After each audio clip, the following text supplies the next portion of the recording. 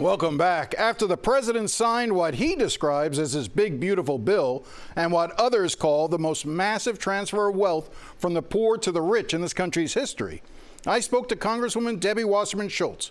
I started by asking for her thoughts on the impact the bill will have on the working people here in Florida. This big, ugly bill that President Trump signed into law last Friday is going to be devastating across the country because 17 million people will lose their health care, and you have about 9 million people who will lose their nutrition assistance, their SNAP benefits. You have electric bills that are going to go up because of the cut in the green energy tax credits.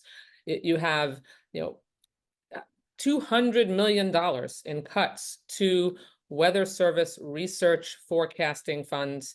It's just this bill and most of the action that Trump has taken, instead of actually helping to make people safer, nearly everything Trump has done since January 20th has made people less safe, has really shaken our ability to keep people safe and secure. In Florida, 2 million people are going to lose their health care. I've got about 90,000 in my own district who will lose their health care, and we have about 9,000 in Florida 25 that will lose their nutrition assistance. Now, when I say lose their nutrition assistance, I mean these are families that are going to go hungry. They lose that little extra bit of money that ensures that they can put food on the table all month long. And that is on top of the fact that Governor DeSantis cruelly for the last 2 summers has rejected federal nutrition assistance funding for school breakfast for kids in the summer. I mean, the cruelty seems to be the point here, and that was all in service so that they could make enough room to make the tax breaks that they passed in 2017 permanent for millionaires and billionaires and to expand them. But it also extended the tax cuts for every other American as well. And so a lot of those, the Republicans would argue that they needed to, that if they didn't pass the bill, that the tax rate would have gone up for ordinary, everyday Americans as well. They are full of it. It is July. Those tax breaks don't phase out until December. Sure, we should have a tax cut package that we adopt and that we debate thoroughly in committee and on the floor of both houses that focuses on making sure that we can put tax breaks in the bill that are permanent also for the middle class and working families, and not skew the tax cuts, which they did in 2017 that were unpaid for, that blew a massive hole in the deficit, which they did again in this bill to the tune of $4 trillion. Now, the small crumbs that were given to the so-called middle class, those tax breaks expire in 2 years. And guess what? The tax breaks for millionaires and billionaires, they made permanent. So, I mean, the no tax on tips, that's not even real. It caps out at $25,000 in income. It is temporary, and basically the average person who is a tipped wage earner will make about $74. The Social Security, the supposed end to taxes on Social Security benefits, not a tax cut. It's a tax credit. It only applies to a very small band of Social Security beneficiaries, and that ends in 2 years also. So, I mean, they are just lying. They're just making things up. I want to turn to Alligator Alcatraz. We're taping this at the end of the week. I know that on Saturday, this airs on Sunday, but on Saturday you will be visiting Alligator Alcatraz as a result of a planned visit that the state is offering to members of Congress and state representatives who tried previously to go in on their own to visit and were denied entry. Obviously, you can't talk about what you find, but you're going into this somewhat skeptical because you think this is going to be a sanitized version of a real congressional oversight, correct? Right. So, by Sunday when this airs, I'm sure that I will have already said that this was what we expected to be, a sanitized, really a sanitized tour that is completely devoid of reality on the ground there. I mean, I've had pre-scheduled tours of detention, ICE detention facilities before, and everything is very clean and pristine, and they clean up this, however it is that that the environment exists for the detainees there. And so we're not expecting to see anything like what we would see if we did an unannounced visit, which we were planning for Saturday morning. And I'm sure the state got wind of it and decided to just throw this last minute sanitized version of a tour together. They're only going to let us in there for an hour and a half.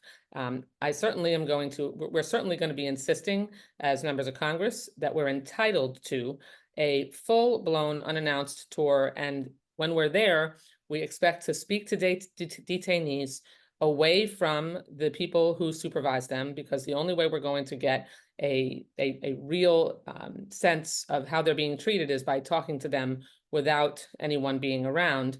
But even then, people will know who we spoke to. And so I'm not expecting there to be any actual reflection of the conditions, the reality of the conditions there. I interviewed earlier today House Speaker Danny Perez about Alligator Alcatraz as well, and he said, hey, this isn't supposed to be a five-star resort hotel that we're keying people in. He also made the claim, and I'm not sure it's accurate, that the only people that will be housed in Alligator Alcatraz are folks with serious criminal records who are picked up and arrested by ICE on warrants. That's not my understanding. Is that your understanding of who will be housed there? They are already housing people there who have done nothing other than come to this country trying to make a better way of life for themselves and their families. There are not the worst of the worst criminals that are being detained there. They're rounding people up without due process, and they are bringing them out to the middle of a swamp, an insect-infested swamp in the Everglades that was deemed so environmentally sensitive in the 1970s, if you remember, Jim, that the plans for a mega airport out there were abandoned because that land was too environmentally sensitive. On top of that, it's infringing on sacred tribal lands of the Miccosukee and the Seminole Tribe of Florida.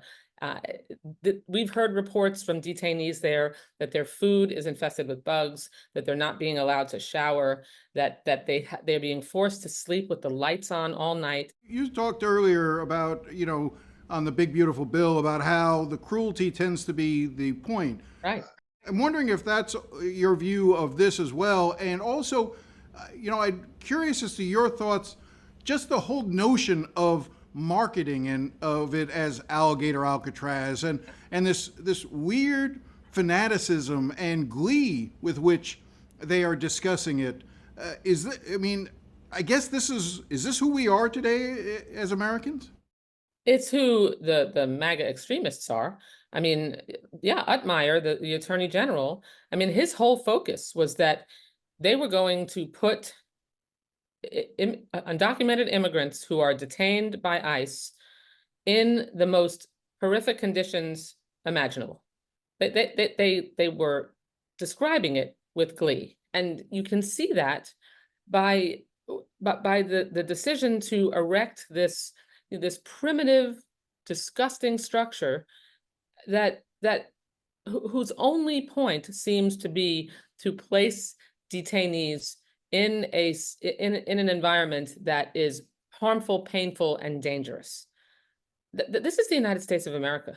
Not only are we entitled to due process, but people are entitled to be treated with respect, and to make sure that there are safe and clean conditions in which they are not going to get sick or have their health decline as a result of their detention.